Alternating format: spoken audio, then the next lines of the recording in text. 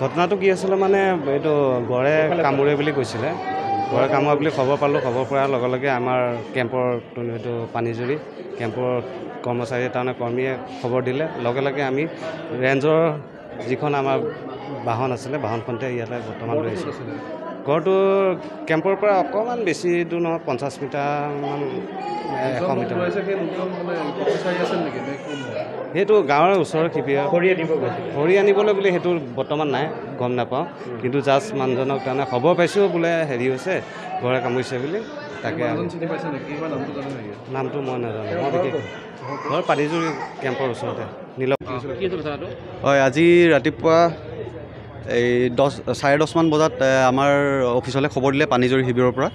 যে তাৰে ওচৰৰ গাঁৱৰ ল'ৰা এজনক গড়ে এটেক কৰিছে আৰু সেই মৰ্মে আমি তেওঁলোকক বৰ্তমান ল'ৰাজনক হস্পিটেল লৈ আহিলোঁ পানীজুৰি শিবিৰৰ ল'ৰাও আহিছে আহি জখলাবন্ধাত প্ৰাথমিক চিকিৎসা কৰি তেওঁক বৰ্তমান টুমুকলৈ ৰেফাৰ কৰা হৈছে আৰু এটা টুমুকলৈ লৈ যোৱা হৈছে ব্যক্তিজনৰ নামটো লক্ষী টেৰাং আৰু আনুমানিক বয়স 30-35 বছৰ হ'ব আৰু হয় ঘটনাটো ইনচাইড দ্য নেশ্যনেল পাৰ্ক হয় আচলতে শুনামতে যোনটো আমাক যিটো বিৱৰণী দিছে তেওঁলোকে কোৱা মতে তেওঁলোকে ভিতৰত কিবা এটা গোন্ধ পাইছিলে যোৱাকালি ভিতৰত খৰি আনিব যাওঁতে কিবা কৰোঁতে গোন্ধ পায় আমাক জনালে যে আমি কিবা এটা গোন্ধ পাইছোঁ তেতিয়া ইহঁতে আমাৰ শিবিৰৰ মানুহে ল'ৰাজনক সুধিলে যে ক'ত পাইছ তেতিয়া ল'ৰাজনে শিবিৰৰ মানুহক জেগাটো একেলগে তেওঁলোক গুচি গৈছিলে আমাৰ শিবিৰৰ মানুহো আছিলে ল'ৰাজনে দেখুৱাই দিওঁতে তেওঁলোক দেখুৱাব জাষ্ট জংঘলত সোমাওঁতে গড়টোৱে অতৰ্কিতে তেওঁলোকক আক্ৰমণ কৰে হয় হয় হয় হয় বনকৰ্মীৰ লগত আছিলে আৰু বনকৰ্মীৰ লগতে তেখেত আছিলে অতৰ্কিতে আক্ৰমণ কৰে কৰাৰ লগে লগে আমাৰ বনকৰ্মীসকলে তেওঁক লগে লগে দাঙি আনে ঘটনাস্থলীৰ পৰা আনি আমাক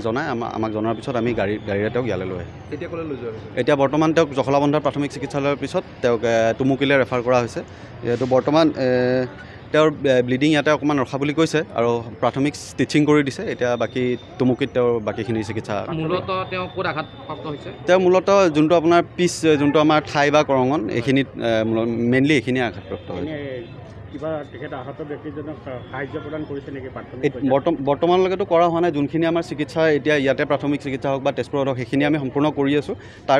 ইয়াৰ পিছত আমি এতিয়া বিভাগীয় কৰ্তৃপক্ষৰ লগত আলোচনা কৰি বাকী যি হয় আমি সকলোখিনি চাবলৈ চেষ্টা কৰোঁ